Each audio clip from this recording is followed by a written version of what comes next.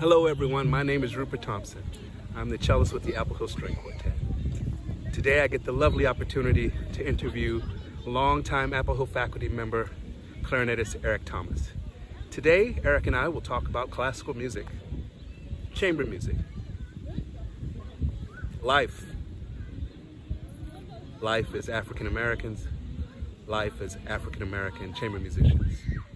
You'll also hear a little bit about the time when we first met, the wonderful Brahms Clarinet Quintet, and how much we enjoy everything that Apple Hill represents during these troubling times. We hope you enjoy it all. Please stick around. It's going to be a really great discussion.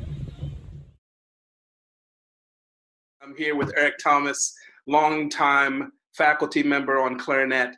Eric, welcome. We're going to have a nice day today. We're going to talk about our lives as classical musicians and our lives as classical musicians as African Americans. So we're just going to open up the discussion now and just get going. All right, that sounds like a great plan. Yeah. Because of everything that's going on, I've been thinking more about all the things that have happened to me that they never go out of your memory, but there's a way in which you tend to think about it, right? I think that I'm not sure if every African American does this, but I put things in hierarchical contexts. Okay. Like some things are, that's important, that's big, that's small, that's not worth thinking about, But recently I've been able to sort of think about it in a way that where I think, gee, that's a lot of stuff. Yeah.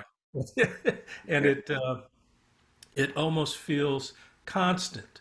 And so those wonderful moments of, say, a 2-week period where it doesn't come up at all is a wonderful time. And I think in many ways that was what Apple Hill was for me so many times, right? When I got there, it was going to be about music. It was going to be about coaching. It was going to be about the concert. It was going to be about dances. It was going to be, Apple Hill didn't have time for that. I love the way you just said that. That's Apple Hill didn't have time. Yeah, if only. Yeah, that's the world moment that we have at Apple Hill, right? Where we say we're in the real world, huh? Yeah, exactly. And we don't have time for that. We don't have time. And I think that, and for me, and I kept saying this, I think even without fully understanding it, I want the rest of my life to feel like Apple Hill. That was my goal. And eventually I got there, I think. I got to a place where, okay, yeah, the rest of my life now feels, because at first I just accepted that, okay, Apple Hill's the only place I can go where this is going to happen, and I'll last all year, and then I'll go there, and then I'll be fine. They'll build me up for the next year and stuff. And then I started saying, well, why the hell am I settling for anything less than what I sort of feel like, when I'm there? I mean, obviously there were other places where I felt comfortable, but the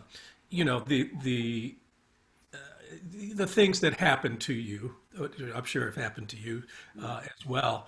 I took auditions where people said, "Well, you're too good, Colorado Phil.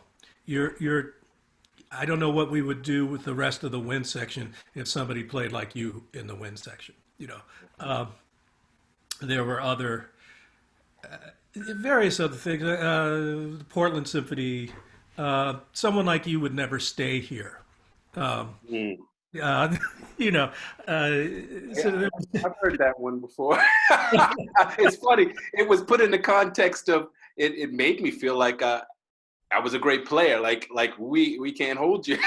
But now that I think about it, it may have been. Well, if you think about it as the net result, Yeah. the net result is to get you to go away. I think is maybe some of the things that happen. And as I mentioned before, I when I went for it sort of felt like a rite of passage if you graduate from New England Conservatory. So I went to New England Conservatory and won an international competition, and everybody in the group then went and applied to be a sub for the Boston Symphony and play in the Pops. And the manager at the time had the secretary say to my face, Well, he knows you, he knows you're playing, but there are enough African Americans in the group that we really don't need any more. And knowing you're playing, I can't allow you to have an audition. Wow, that, so you got Ann Hobson Pollitt and who else? Well, Yeah, Owen wasn't around, and yeah, it's it was before Owen. Maybe John McLaughlin Williams was in at that point. I don't quite remember, violinist. But it did look like there was no one, no wind players were yeah. sort of allowed in. That seemed to be the case. And now we're talking. Excuse me, we're talking about now not even like string players. When you're talking winds, now it's shrinking the pool a lot, Right. and it gets into a really weird area because the competition is so intense, so intense. Right. But it's funny how colors attached to Yeah, it. I think so. I think there was sort of a sense that my sense was always, well, being a wind player is more unique. It's more of a leadership role. If we're going to put you in the middle of a string section, that'll be okay. Hmm. Like head of a string section, no, no, no, no. Middle of a string section, but we can't sort of put you in the middle when you're a wind player because of the single parts, I think. My teacher at the time was Peter Hadcock, who told me to go back and tell them I was going to have an audition. So he said, go back and tell them that Pete said you're having an audition. I decided that if I had an audition and I got in, they would make my life miserable. So I just didn't go back. Uh, and I was complaining a lot about it to you have to be at Apple a really long time to recognize this name, but I was complaining to a woman named Dragana Bajalovic, and I hadn't heard of Apple Hill at that point. Hmm. And we were at a summer session at Phillips Academy in Andover, and she just said, "I need you to trust me. I need you to get in the car with me right now." I'm like, well, what? I'm going to take you someplace. Like, really? So she puts me in the car and starts driving, from Andover up to Keene is a long drive. So I'm like, where are you going? What are you? Hmm. So she just drives me straight up the Apple Hill and introduces me to everybody. And was it a concert night or it was something, you know? And that was sort of the beginning. She introduced me to Eric and Dobbs and, to everybody that happened to be up there. And then they invited me up the next summer. Mm. What And year was that? I'm not exactly sure. I think it was 80, probably 83. Okay. Yeah, Hmm. right? Yeah, I think so. Yeah, 83. Yeah, I'm pretty sure it was 83. I'm not exactly sure. I might be able to uh, cull it down a little bit because I think that maybe a couple of your present players were there when I Yeah, when yeah. I, They when were I kids.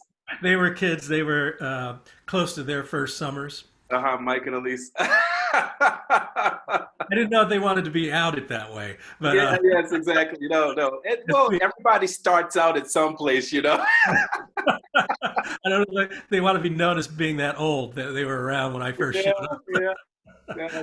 up. Yeah, I wasn't around at that point. I was. Right. You get to be the youngin in that I in get that. to be youngin in that sense. Yeah. Yeah. I do remember the first time I met you Yeah.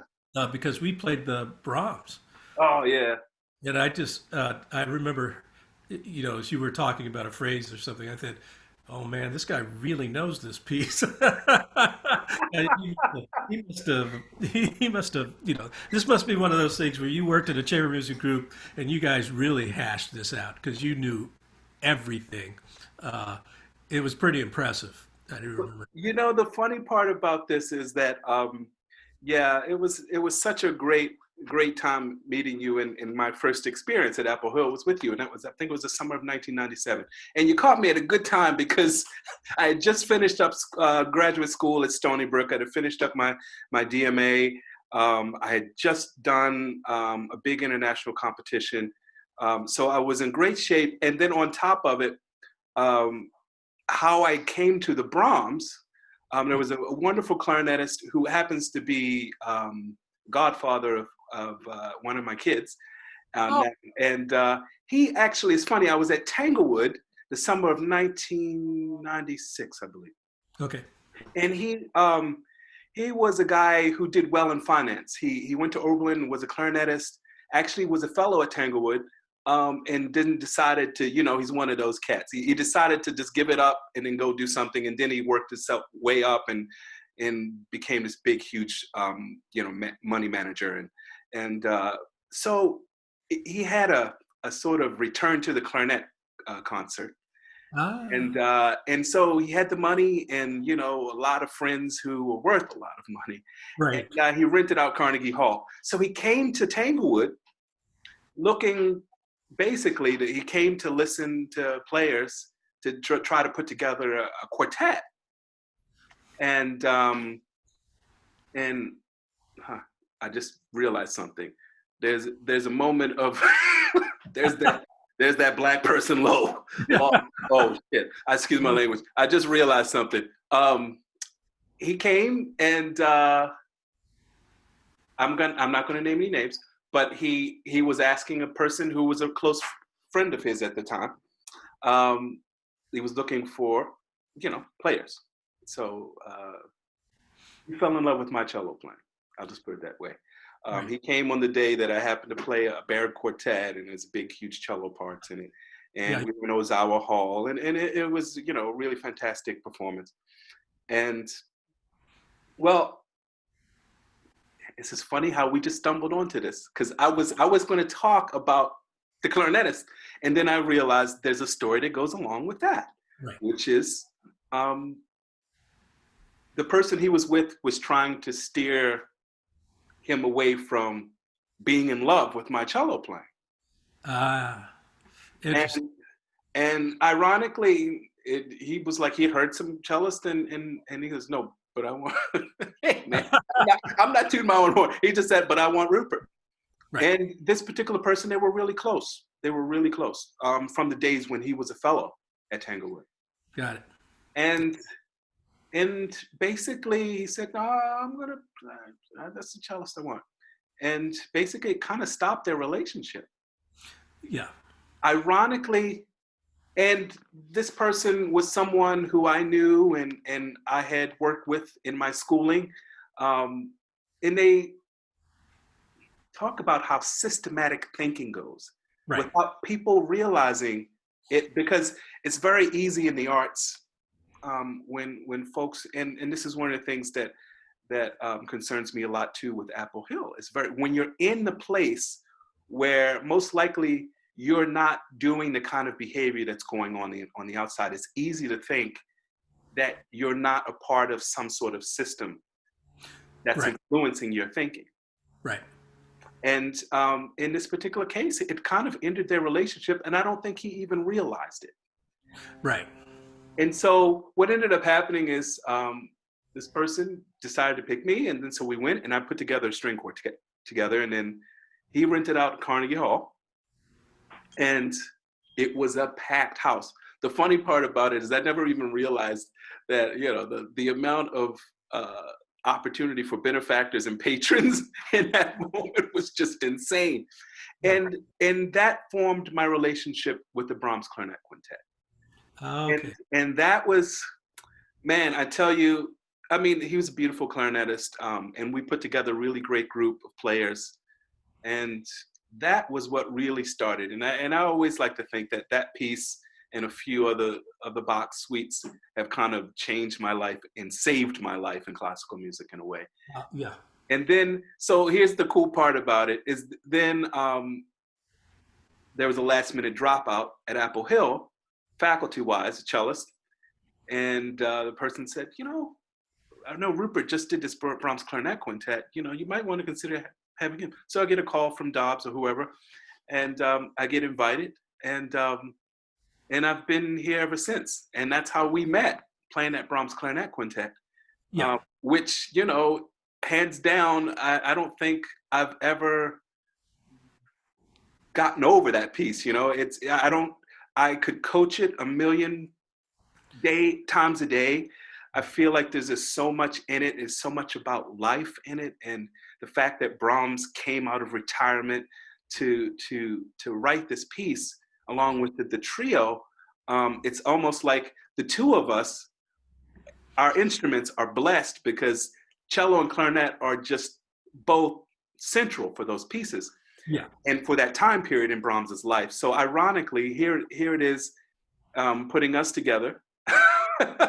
And what an amazing opportunity that chamber music has to do all of these things that Apple Hill talks about, and how the healing process happens with this music, and that the music itself was a healing process for the composer. Right. Yes. Yeah. And if you think about, the other types of classical playing, really, if you were to sort of compare playing in an orchestra to playing chamber music to playing a concerto, the chamber music really is musically much more satisfying than anything else. Because, I mean, here you are hard at work with equals, as it were. Few enough of you that you can communicate to one another, because it can't necessarily happen in an orchestral setting. When you're playing a concerto, which I love doing it. Yeah. But I'm playing with the orchestra, but I'm not playing with the orchestra. Mm-hmm. I feel I am not. I find if I try to compromise when I'm playing a concerto, it doesn't go well. I have to play it the way I've planned on playing it. Mm-hmm. Mm-hmm. That's the way that it'll be successful. I have to breathe when I was going to breathe. I have to play at the tempo that I was going to say. I can't go around changing small things in it and have it be successful. Just because it's so long and you're featured all the time, you really have to be hyper prepared for exactly the next thing you're going to do. So I found when I tried to compromise and play concertos, it's a little bit hard to do. Yeah, and it also depends on the level of the orchestra and everything. You've got so much to deal with when you're a soloist, that you ideally want to have that connection with the orchestra, but sometimes, you really do have to deliver. You have to focus on your part in a way that brings everyone along with you. And ideally, I guess I always found that the best artists were the ones that in the end had this ability to kind of make that chamber music feel happen on stage. That's why, that's probably why a lot of people love Berlin Phil. And a lot of the great orchestras is that there is that moment where you harken back to what it's like to just play in a chamber, even though you're in a big concert space. Because those orchestras really, really listen. Yes. Because so many orchestras, and I mean, I've played in a lot of orchestras. I've done a lot of subbing and stuff. It's easy to fall in love with your individual part. Yeah. And kind of just, this is a great part, man. I'm going to blast away at, and love this part without sort of realizing, okay, you no longer sound like you're playing a duet. With the soloist, and you need to get sort of back to that. When you're playing chamber music, I think that you never forget that. Yeah. I think, you're always right in the mix of how do we make this sound good together? Yeah. How do I support the people that are around me? How am I supportive?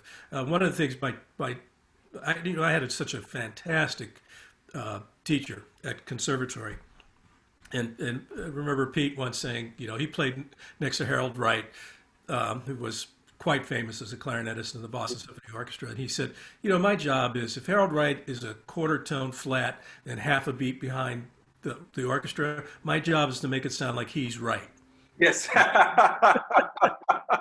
and there you have it. There's that chamber musician saying, I've got this. I know, making the adjustment and knowing what it takes to make it work, no matter what. I got your back. No matter what you do, you're going to sound great. Yeah. That's the part that a lot of folks don't realize when we're up on stage, that these moments are happening in a nanosecond of all of a sudden you've got someone's back when they're either taking a major risk or struggling or just out there, and it's just the whole group has done something completely different than what they've rehearsed, and they're in that space. The Apple Hill barn is filled. It doesn't sound dry anymore. It sounds like it's full of life, and you're reacting to all of these different things, and it's that I got your back kind of feeling that. Yeah. And I think in a way, right? There's some of that stuff that can only happen when you've toured. Yeah. I feel when you've played a piece so many times that suddenly there's just a consensus feel that this should go slower. Nobody says anything. Yeah. Nobody says, "Hey, let's do this slower." Just suddenly somebody starts off a little slower, just starts off a little louder, just does something different, and there's this sense among the group that. Yeah. That's right. And that you weren't ready to do it that way. Yeah. Before this particular moment. And that's when chamber music just comes alive, And then there are the moments when you're in a situation, and I love the fact that there's a problem solving aspect of it. Yes. Ideally, you'd rather not be problem solving in front of a lot of folks. You don't want to have a bad day at the office in front of a concert audience. But the problem solving aspect of it is really unique, in the sense that all of a sudden you could be thrown into the situation, and you might not even remember what you had just done. Yes. And then after the concert, someone comes up to you and says, that spot in such and such, and you realize how you were just hanging on to every little moment, every little thread, right, just looking for the right moment to get yourself out of what you had just done. You know what I mean? It's a process that happens that a lot of folks don't realize. Yeah. And if you're just the average concert goer, and it's such a unique thing. I mean, I don't know. That's the part that everyone says they can't live without, in a way. I mean, you find when everyone starts talking about that moment, and that goes for sports, it goes for everything. And it's kind of like that special zone that happens, that sometimes you're aware of that zone.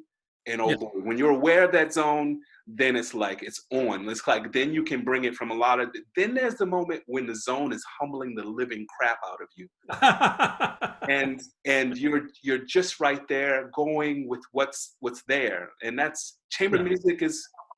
I can't deny that. Being in the quartet,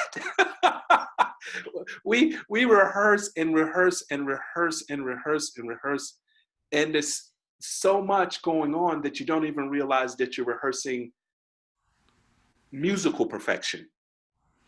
Yes. You mean the spontaneity, you're almost rehearsing into it so that you can be even more spontaneous out on stage.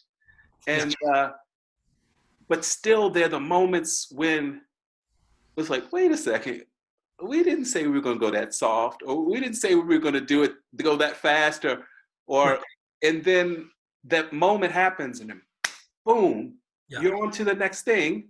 Yeah. And then you're trying to remember it. No, and you can't. Well, the thing I'm always trying to teach now is how familiar you'll have to be with the piece to be able to do that. Mm-hmm. That's very, very difficult to describe. Yeah. And with so many people, once they feel they can get through it, they go, "Okay, I got it." Yeah. No, you don't have it. You don't have it until, I don't know. You don't have it until a baby screams while you're playing, and you can process that there's a baby screaming, but it doesn't affect you at all because or it makes you smile and you feel like it's a part of the music. Right, exactly. That happens so often that you all of a sudden they'll start crying or they'll start cooing or whatever, and then you're like, oh, and that's fitting for this moment. Yeah, if you can have an outside thing happen while you're playing and you can still play, then you might be ready. Yeah. But so there are a couple of things that happen in a practice room, right? Well, I should say there are a couple of things that don't happen in a practice room. That you're never interrupted. You're train of thought, your concentration, once you hit that zone, can't possibly be broken. It just can't be. But when you're in a live situation, there are so many things that I feel that you have to be so prepared that nothing can distract you anymore. That's the way. Yep. That's how I would put it. Because that's it. You know, even if a woman walks in with a red dress, it's not. It's just the flash of red being so bright that you might lose a tenth of a second of concentration. You know, doesn't even have to be a woman in red. It could anybody. Yeah. But especially if a dude shows up in red too, that's going that's going to keep you focused. The red makes you whoops. You know.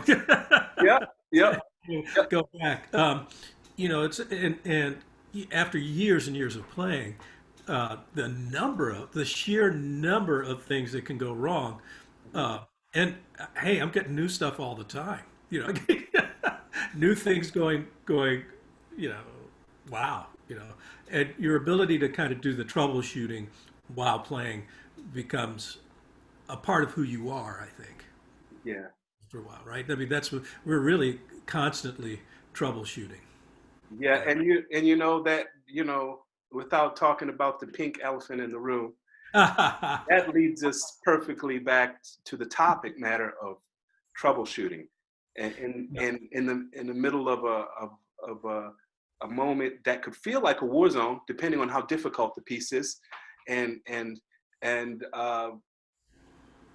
the importance of keeping your head when all hell is breaking loose, and the importance of just realizing the moment, understanding it. And that's how it can be for us as African Americans as well, as players, understanding that that sometimes it does hit you that you're the only one in the concert space, and that you're on stage. And it doesn't mean that you're thinking anything like you're in a situation that feels like you're, you know, oh, I'm the only one and I'm Black and they're, you know, whatever. It is going into the situation. Now I've got another topic matter that I'm dealing with that's on top of my practice. Right. That I'm carrying with me as an African American, which is I'm instantly thrown into the situation where I represent my people. Right. On some level or another. And that can happen in times when I'm not in the mood to do that. And that happens sometimes when I recognize, oh, this is very, very important. Yeah. And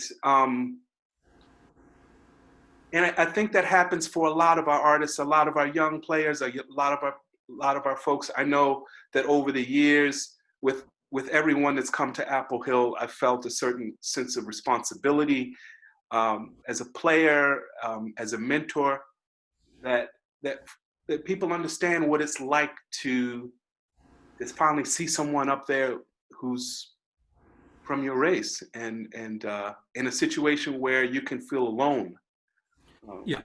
And I found myself thinking about some old moments that are tricky. In the sense of all that we're experiencing right now in our country. Yeah. This is a complex situation, even more than we know. Yes. It's even greater than understanding how much change can happen and all of the optimism that can. It's a process that we as a people have recognized it's been going on even when things were going right. It's like you said earlier, it's kind of like you get those 2 weeks and you kind of, you realize it, and then all of a sudden you get hit over the head. Yeah. I had this really interesting situation where I did a competition. And this is going to blow your mind, because this is an example of how systematic things can be in a lot of different ways. Right. So I play this competition. I make it to the final round. We're in the big concert space. I'm not going to say where it is because you all know where I'm from. And it's a pretty big one. It's my last year in college, but it's not involved with Peabody. So the finalists are, some folks from Curtis, some cats from all over the place who are from the state of Maryland, but have come back to do this do this competition. So the conductor and Marta Casals Isterman is there. Like, so now I've got Casals' former wife is in the audience, and then some other people are there. So they told us before we went out, when so and so claps, that means you're finished, and you play. So I played Shostakovich First Concerto, and it's just the stage, a cello podium, and a pianist. Walk out, and it was one of those zones where I just started up, and then when I finished the first movement is not that long. It's like 7 minutes or so, but it's like intense. And I finished it, and I heard a little clap, and I looked up, and the person was sort of clapping. And it was a weird moment because I hadn't been playing that long. Right. So I walk off I get up, and everyone starts. Then it turned into this huge ovation thing when I got like 3 or 4 curtain calls. It was weird. I went back and I got all these curtain calls. So to tell you again how complex the situation can be. Long story short, I didn't get a prize, but there were 3 violinists who were picked. They were all female, different nationalities. And there was a wonderful clarinetist that I heard. There was a harpist. There was another cellist. Everybody who was there came to play. And I remember specifically thinking to myself, man, that's a gorgeous Mozart clarinet concerto. And so the top 3 prizes went to these wonderful violinists. We go back, the reception happens. I'm just happy that I played really well, and the situation had some important people out there looking at me. And then one of my family members comes to me and says, that gentleman over there just approached so-and-so and said, why did you stop him? That guy was a natural. Oh. And the person was Caucasian. He confronted the director, and that happened. And then my teacher came back and said, because they did the order like they do sometimes. They start with the last. Yes. And he said, I thought when we got, and goes, and now they're going to say Rupert, and it didn't happen. And then came another school friend of mine at Peabody, was a cellist, and he's Asian, and he came up to me and says, Rupert, you got robbed. And then it finally hit me back then what may have been going on. Now, with everything that we've dealt with recently, I've looked at it slightly different, which is there were 3 women who were picked of different nationalities. Right. But here's where the systematic moment happened. Everyone knows that person loves violinist. So what ended up happening is, right, it ended up picking 3 violinists, and the moment was one of these really interesting moments. And it made me think we really have to be vigilant about how all of this stuff happens, because before you know it, you're not even realizing that you're a part of this topic matter that's been going on for hundreds and hundreds of years in the United States of America. And it's become complex because so many different types of people are involved. Right. And this is where it gets tough, because we all need that opportunity to be treated like we should. Yeah. And Yeah, I mean, what do you think about something like that? I mean, there's the obvious part of it, and then there's Yeah. the subtle stuff that's going on. The obvious part of it is, and I've heard this from people in different ways, right? The obvious part is, well, the violin is a real instrument. Yep, that's part of the argument. We know the violin is way harder to play than the cello. Yep, and We here's know, the thing: right, if you look at any program, you're going to find a majority first pianist, violinist, and then cellist. right. That's all. And we all know the piano's way the hell harder. Yeah. And, and then there's even the repertoire, right? I mean, so every time I played a concerto competition, here's a Mozart versus Rachmaninoff. Here we go. Here we Yeah, go. and we all know then that one player comes through and just plays some Mozart and makes everybody go, whoa, Yeah. I was going to pick that Tchaikovsky concerto, but what am I going to do now? Yeah. Well, and I've been, yeah, I can say this. I've been I've been on board sometimes. I've been there helping to pick people, and seeing the majority of people choose a Tchaikovsky violin concerto that wasn't even played that particularly well, but they're so blown away by what they see as the technical demands of the piece, and a few other things. And of course, they know the piece. They love the piece. So sometimes you do get that. On top of everything else, it's a very difficult. God, who was the conductor? I don't know why I just strayed to this. The conductor recently, European conductor who hired a woman for the first time because they did a behind the screen audition.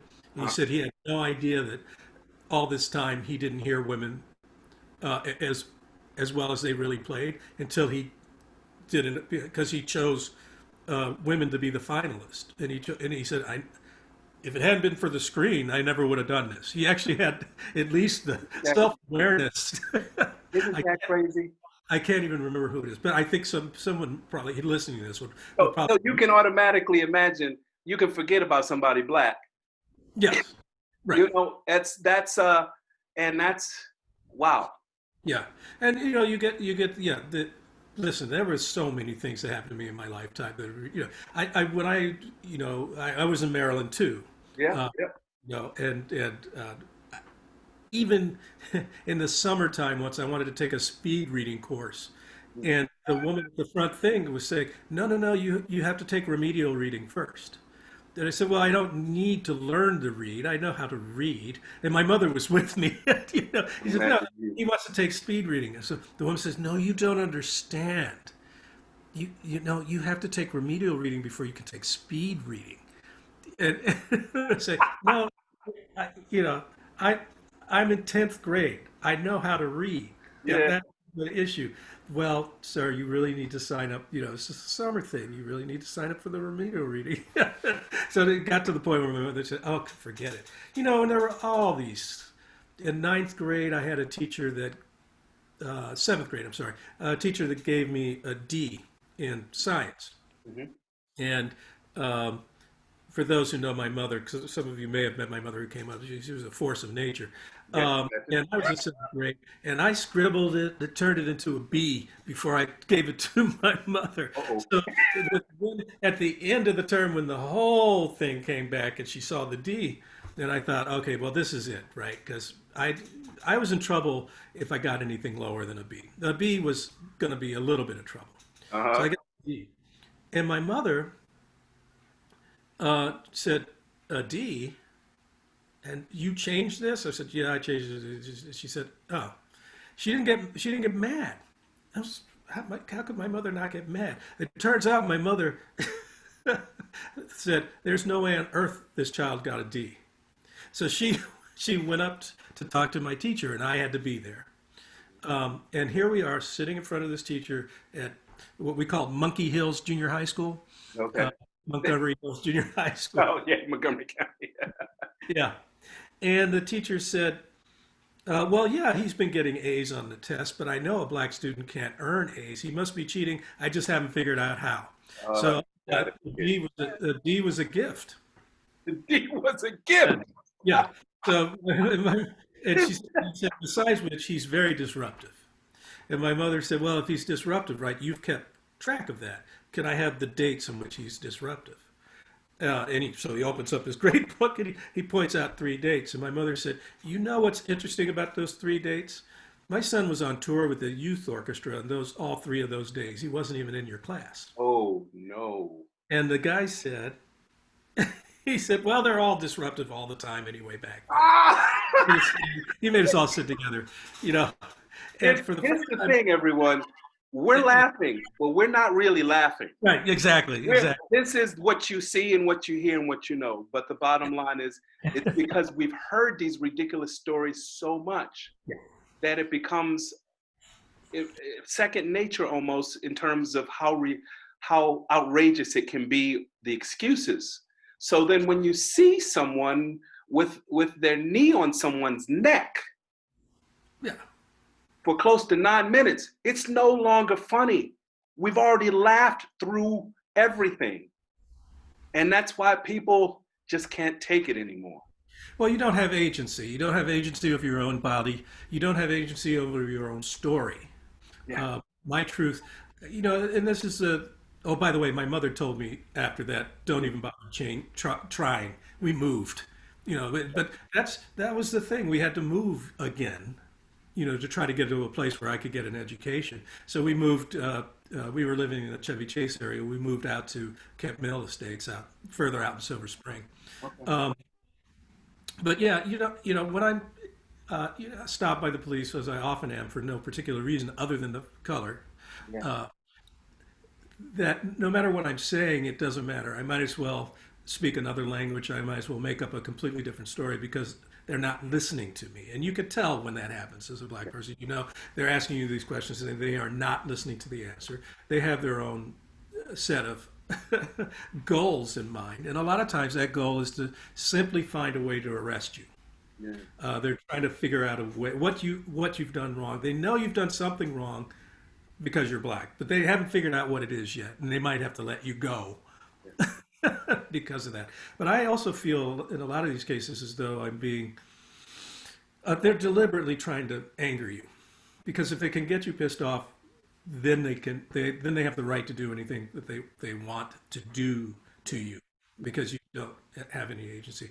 And I finally, the last big time, fortunately, I was in the car with my brother-in-law, who is he was a Montgomery County cop. So, you know, he literally knows the law. So, Yeah. and we're driving along. This is through Ohio. I'm driving my mother's stuff back after she passed.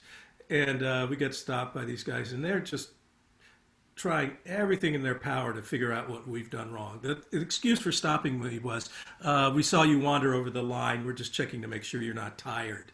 And then I'm not going to go into the detail, but they brought it, drug dogs, 2 police cars, 3, put me in the back of a car for my safety, and then go through my mother's, and father's stuff.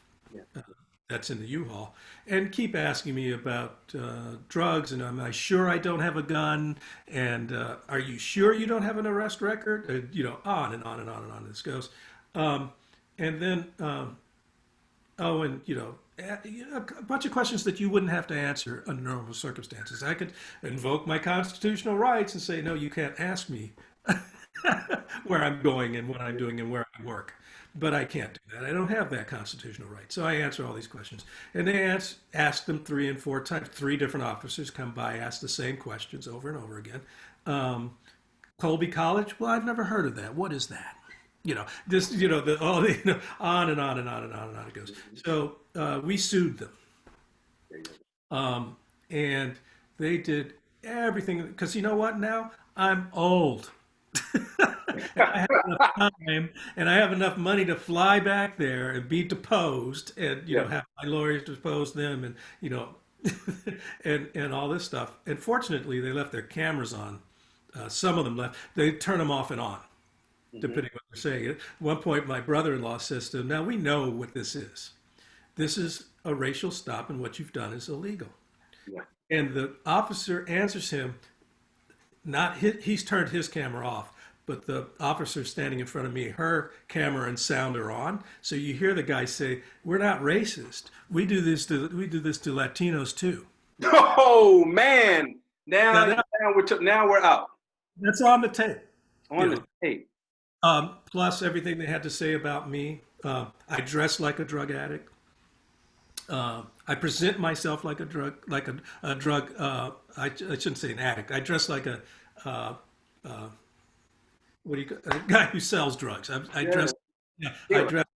I present myself like that was the whole. They kept trying to get it dismissed and all this stuff, but the one and they couldn't agree on anything because they couldn't remember me very well. They kept saying, "Well, he was nice and polite. We don't understand why he was pissed off." The one thing all three officers remember, and I want everybody to remember this, and that they put in their report was that you can't tell I'm black. You have to be within 6 feet of me to be able to tell that I'm not white. And that's what they all put in their report. And they said they wanted a summary dismissal because they thought I was white. And the judge said, "So you're going to put him on the stand and say to the jury, you can't tell he's black. That's your plan?" He said, "You're going to trial." Yeah, you have. Yeah. And at that point, they said, "You know what? What did he ask for?" We did. They're just going to give it to him. The thing is, though, I'm still pissed off. And one of the reasons I'm pissed off is that shouldn't happen to anybody. The fact that I have the time, the money, to fight it, and the background where they can't find anything, shouldn't matter. You know, it shouldn't matter at all. It shouldn't happen to anybody. And when we did the research on the cops, they had done things like the lead person who did it, the woman that did it, she had followed somebody home for 40 miles before she pulled them over, and then cited all the little tiny things that they did over the 40 miles, and was sued by that person. Um, this is, I think they felt their job is to get as many black people and Latino people off the streets as possible. That they are helping the world out because we're all dangerous. Yeah. And you get that sense by a lot of these people stopping you. And now, when I think about the number of times I was stopped when I taught in Andover, I'd stop walking down the street or driving down the street or riding my bike. It hadn't occurred to me before now, but maybe there were neighbors calling the police saying there's a black guy going down my street, come and stop him. Instead of my always thinking it was just a random thing because they were patrolling the area. But perhaps, in fact, all these places where I've been, there's been people making calls. I don't know. So there you have it. It's not, this is something like, perhaps, like I said, when we started, Eric and I, you get together and we hang out in the sugar house or what have you, and we start talking. But we don't want to have these conversations in the sense of when it repeats and repeats and repeats and repeats, or you hear someone else's story. And as we know, what's happened over the last couple of months on top of a pandemic, Right. It becomes not just too much, but it's important for us to recognize how much we need to be vigilant about our everyday interactions with anyone in particular, in understanding, because if you're not aware of what it might be for not just people of color, but interactions on and how you deal with people and how they deal with you, you might fall for something that you've never even thought existed. There are things that Eric and I and many other African Americans have been taught and talked to about that have prepared us for moments that haven't even happened yet. and some of them have happened. And when they happen, you're kind of sitting there thinking, oh boy, there it is. Yeah. So I guess to end our conversation, I think the Apple Hill spirit is, we're doing the right thing here. Yeah. Oh, But yeah. I'm going to always say, keep at it, because the folks who like to stir up the crap, they've been studying what they've been doing for a long, long time. and they've been thinking about different ways to do it. And I know as a Black man that I have to keep looking. I have to keep, and that's unfortunate because it creates a paranoia in a way that if you're not careful, It's not. and that's not good. You don't want that. It can create a situation where something might not be what you think it is. However, it is getting to the point as of late where you're starting to look at some of this stuff and say, you know what? I've done my best to give it the old, this is not what it is. But now we have situations that are so overt that I think even Dr. King might have been like, wait a minute now. hold up, you know? But it's Sure. Rupert, I really think it's fair to say it is not exactly PTSD, but it's related to that. yeah, In the fact that, you know, if you have PTSD and somebody shoots off firecrackers, you go down like it's gunshots, right? So it's basically the same thing with race. If you're used to all sorts of racial things going on, and actually there's a firecracker that went off instead of a gunshot, sometimes you don't recognize. You don't have time to recognize it because you're busy trying to save yourself. last night I was at a gas station. I looked up, saw this beautiful white brother, and I thought to myself, I don't know. I don't know. And as soon as he started his car up, nothing but hip hop came out of his stereo system. I was sitting there and I was thinking, oh my goodness. I didn't want to say because I knew that could happen. I knew that could happen. But there was a moment where I was thinking, is he, you know, the pickup truck kind of cat, you know? And being up here in New Hampshire, for me, sometimes you see these pickup trucks and you're just not sure. And that's something that comes along with it. You don't have to have the Confederate flag attached to it. No. Just Well, say the pickup truck. I'm up here in rural Maine, and a couple days ago, a pickup truck, Trump stickers all over it, stops, rolls down the window. I'm fostering a Great Dane.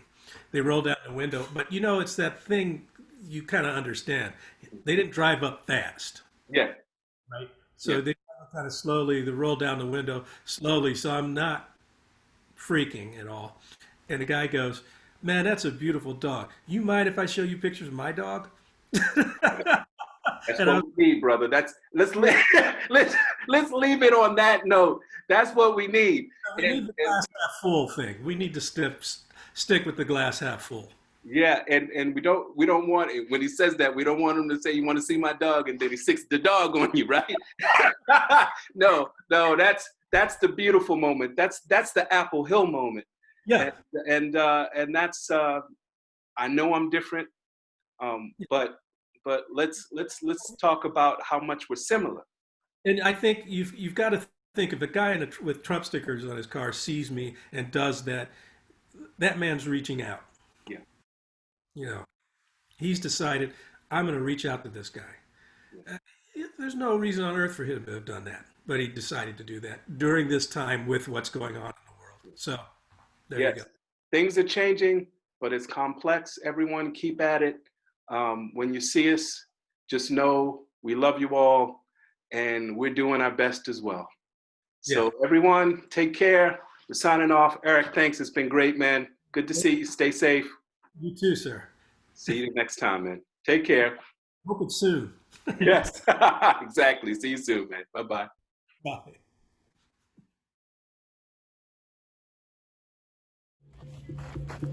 Well, like I said, it was a really great discussion, huh? Well, let's just hope it all gets better soon. Until then, take care, everyone. Be safe. Bye-bye.